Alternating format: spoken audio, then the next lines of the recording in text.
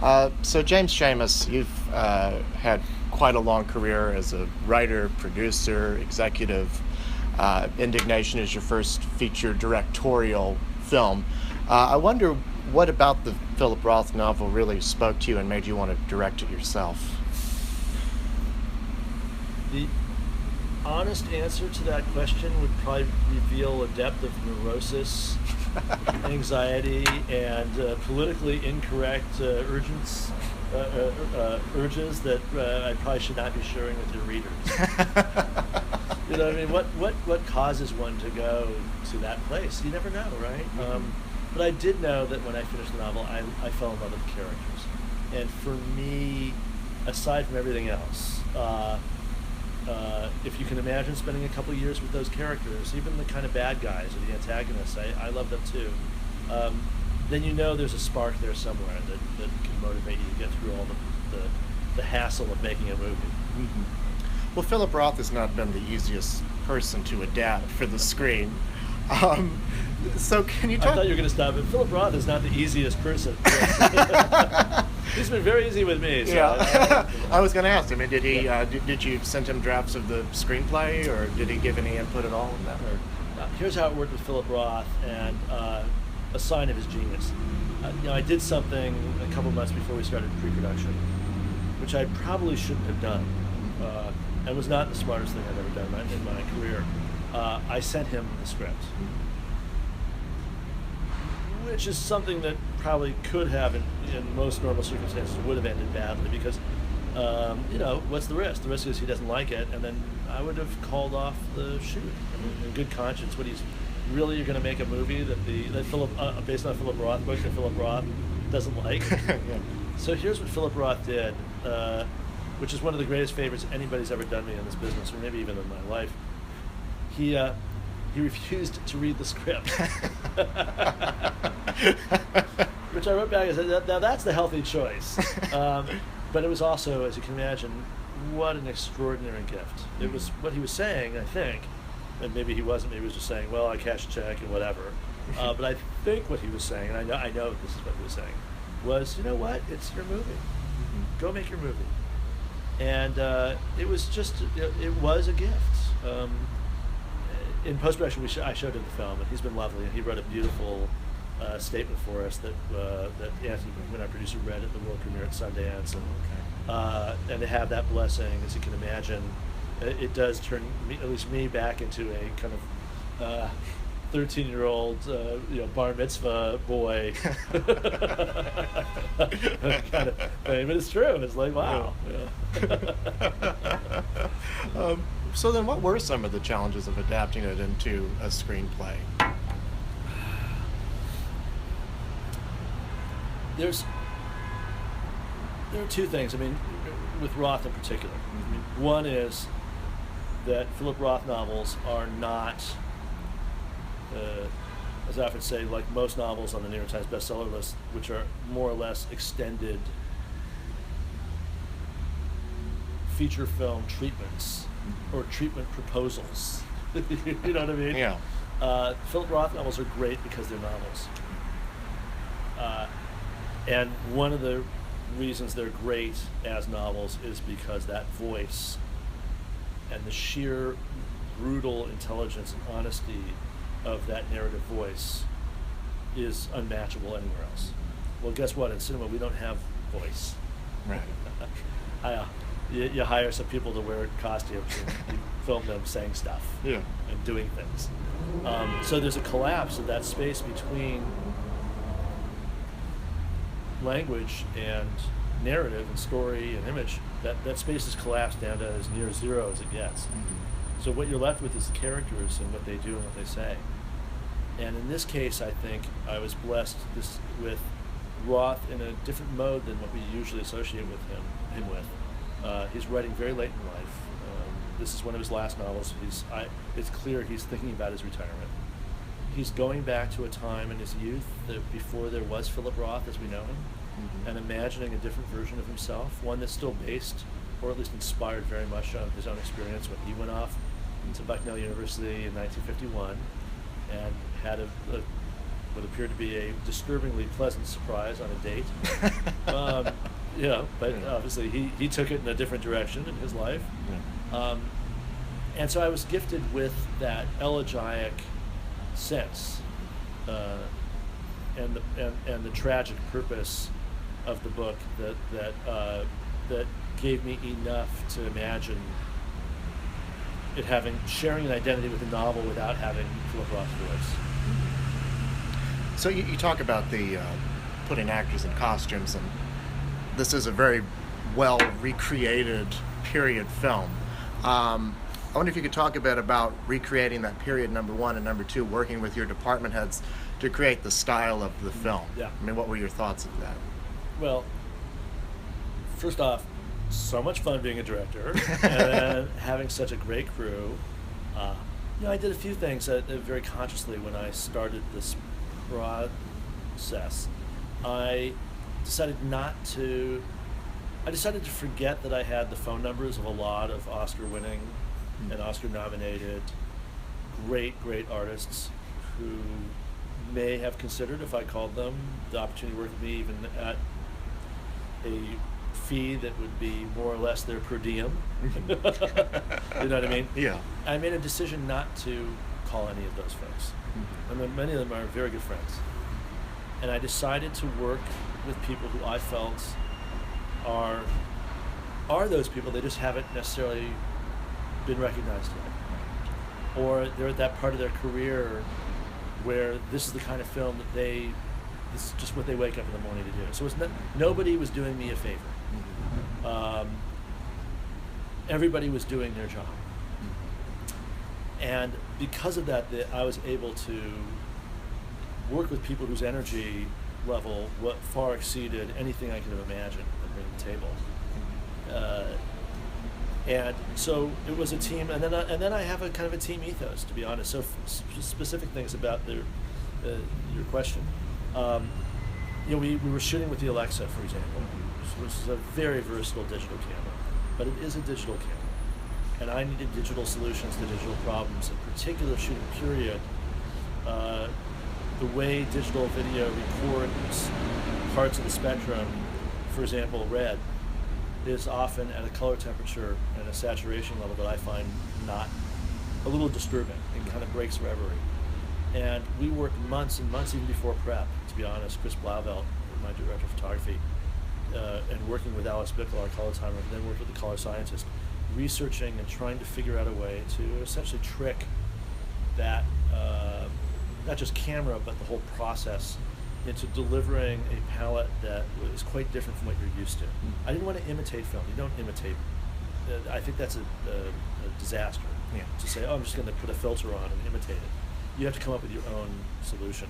Once we started working through those solutions and going back to references in color photography from the 40s and 50s, then you add on Amy Roth in costumes and Inbal Weinberg as production design, and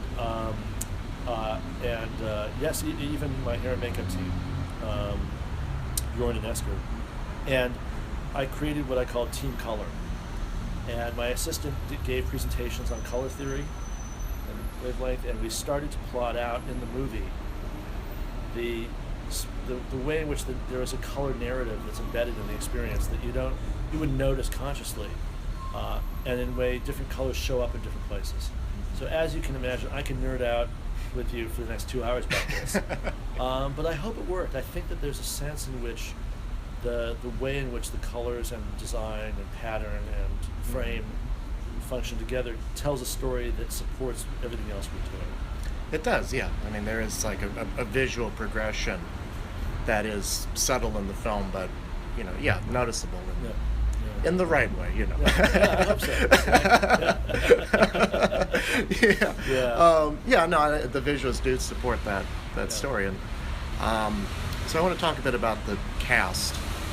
Logan Lerman, what made him the right avatar for Philip Roth? Exactly. Yeah. Even down to, we took Philip Roth's high school graduation yearbook photo, Yeah.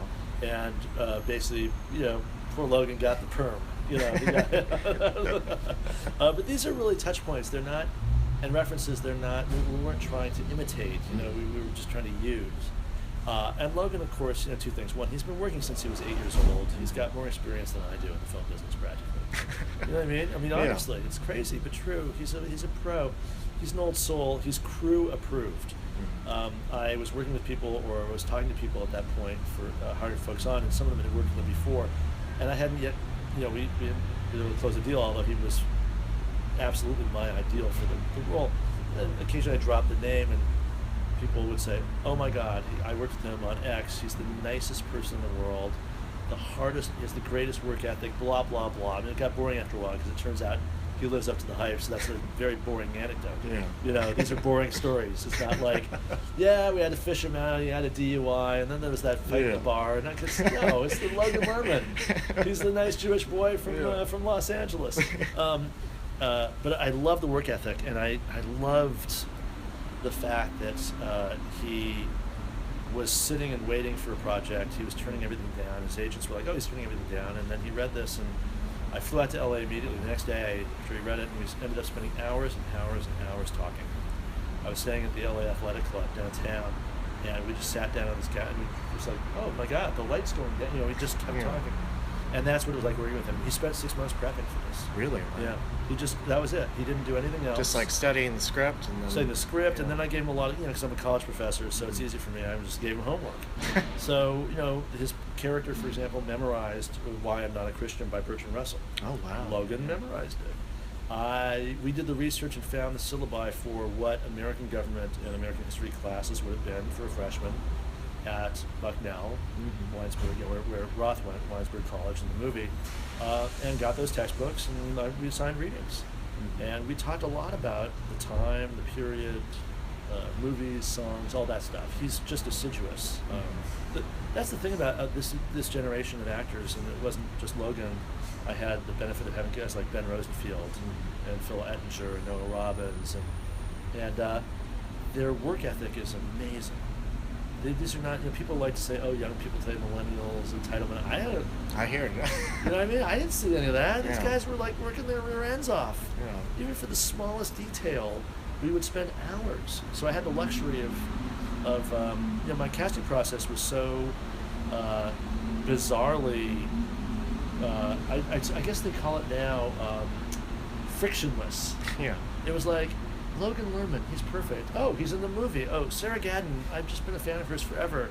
Oh, she wants to do it. Great. Tracy Letts, come on in. It was like, I don't know, that was really, we were blessed. We were very much blessed.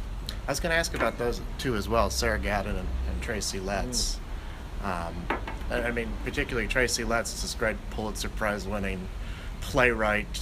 He's also a wonderful actor, and Tony Award-winning actor. That's right. Yeah, Tony Award-winning actor. Yeah, and, I mean that scene right in the middle of the film between him and Logan Lerman. I mean, it's the kind of thing that's terribly uncinematic on paper, but it works so well. It's almost like a short film in and of itself. Right. Yeah. Yeah. I also noticed in that you were talking about the visual style. One thing I noticed is that as that scene goes along, it feels a bit more claustrophobic. Correct.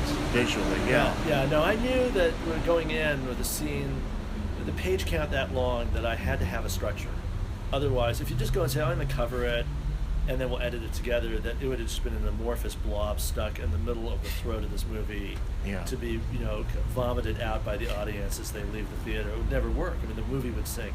So we were very rigorous about the visual language that I thought could provide a structure and an underlying emotional structure to the film. But you're absolutely right, yeah. And also even in terms of the way camera angles work from beginning to end on who's in center, blah, blah, blah. Like I said, it was like Nerdville.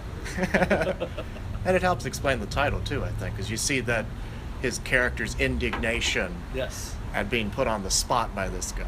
Yeah, but here's the crazy thing, and this is why Roth, the more I spend time, even not just chatting about the movie, obviously, as we're doing, I keep circling back.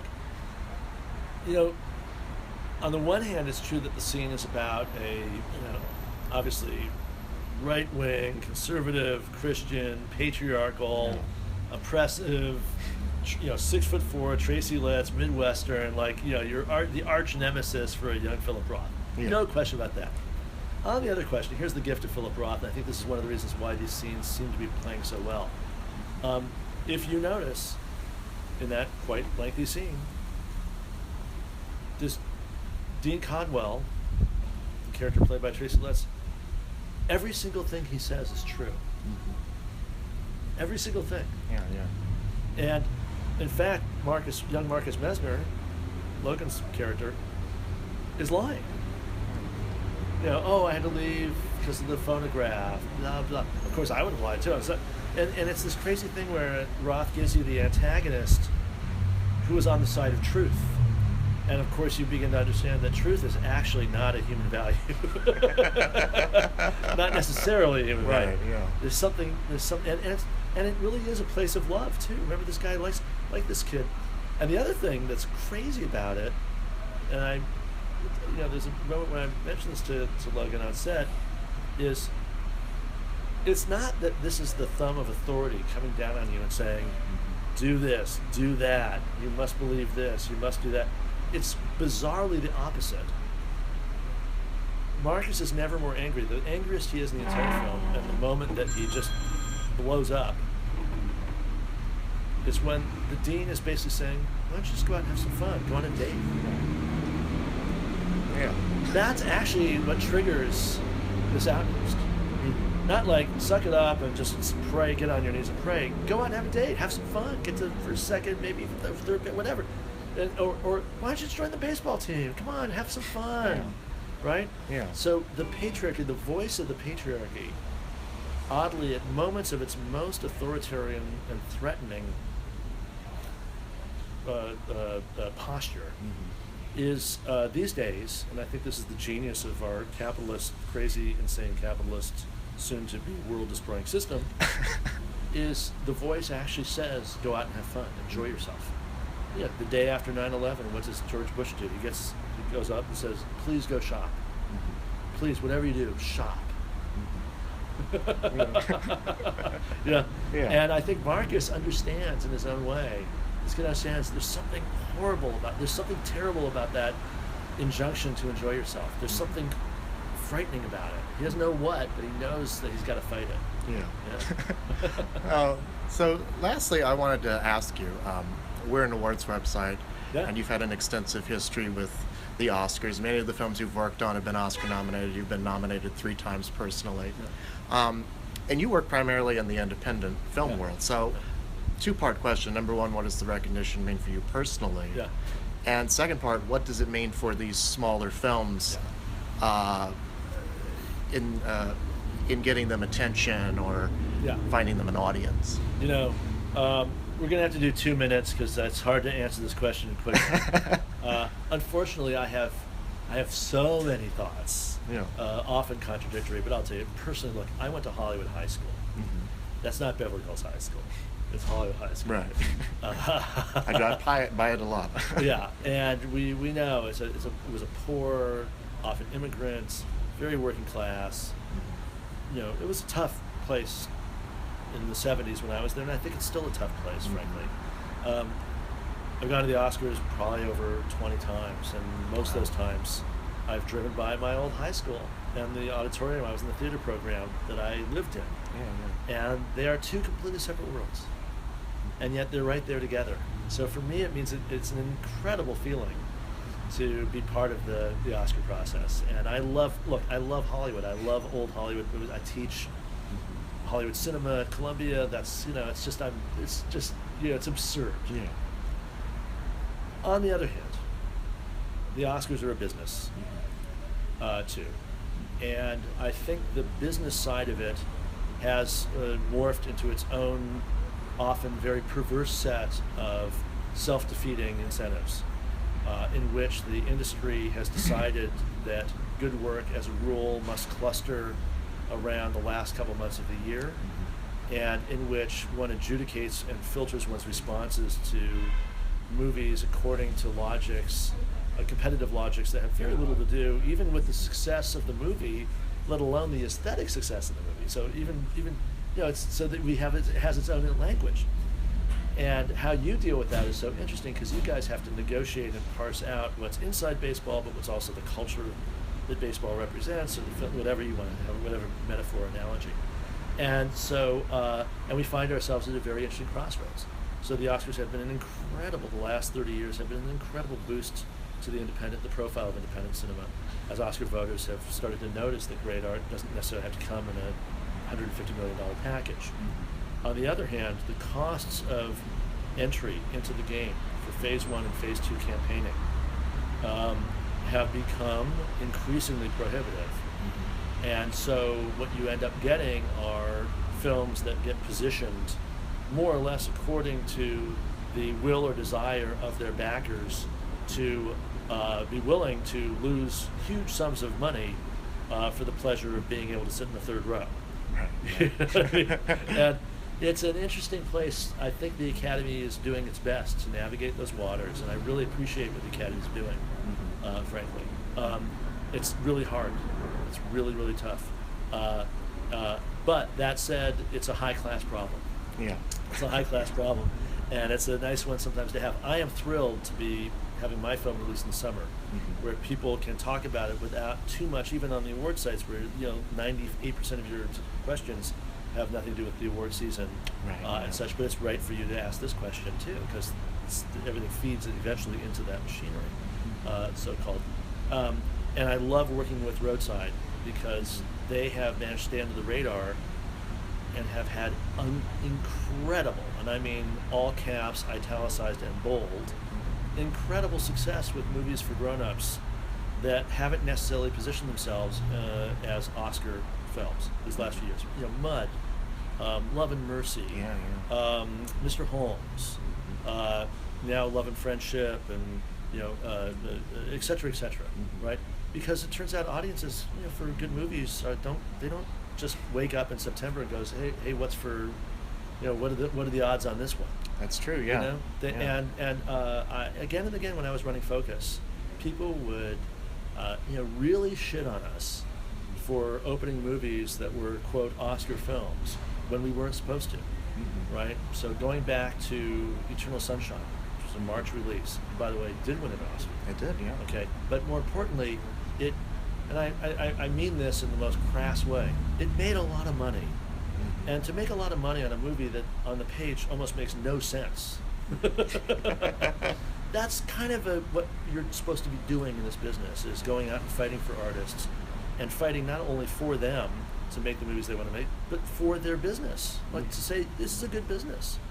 I'm not just being an aesthetic, pompous jerk. I'm actually running a business. We took a lot of crap for Constant Gardener because that was one of the first times a movie like that was ever released on Labor Day weekend, which was considered a death sentence. Right, yeah. By the way, that won an Oscar. And by the way, I was sitting in that theater, right behind Jim Cameron when he watched his wife go up and take Best Picture for a movie that was released when? In May, April, right? Yeah, April, yeah. And by the way, I happened to be there. I don't know why. It was just by happenstance. When Jack Nicholson walked out on stage and opened an envelope and said "Crash." Yeah. When was that movie released? It was in May as well. In May. Yeah. And so, hey guys, wake up. You don't have to be released in October, November, December to take it all the way to the finish line. Yeah. But unfortunately, Hollywood and executives and filmmakers too think that you're somehow being ignored or dumped if you're released any other time. I think that's ridiculous. I think it's changing too in an odd way because we find more and more films released in the first half of the year being nominated for and winning awards, and I think it's because there's no competition that time of the year, so they're able to make more money and you're able to be seen. Yes, and by the way, the cost of buying media in the fourth quarter, the fact you can't get screens because there's so many movies being released, the fact that your review is a postage stamp because there's 12 other movies being released. I mean, at some point people have to wake up.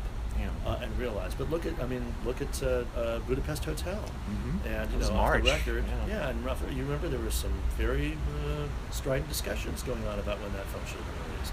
It was a perfect release for that film, and by the way, that won some Oscars. Come on, people. Anyhow, that's my speech. Well, thank you so much. It was a pleasure meeting you. Really a pleasure. Thanks.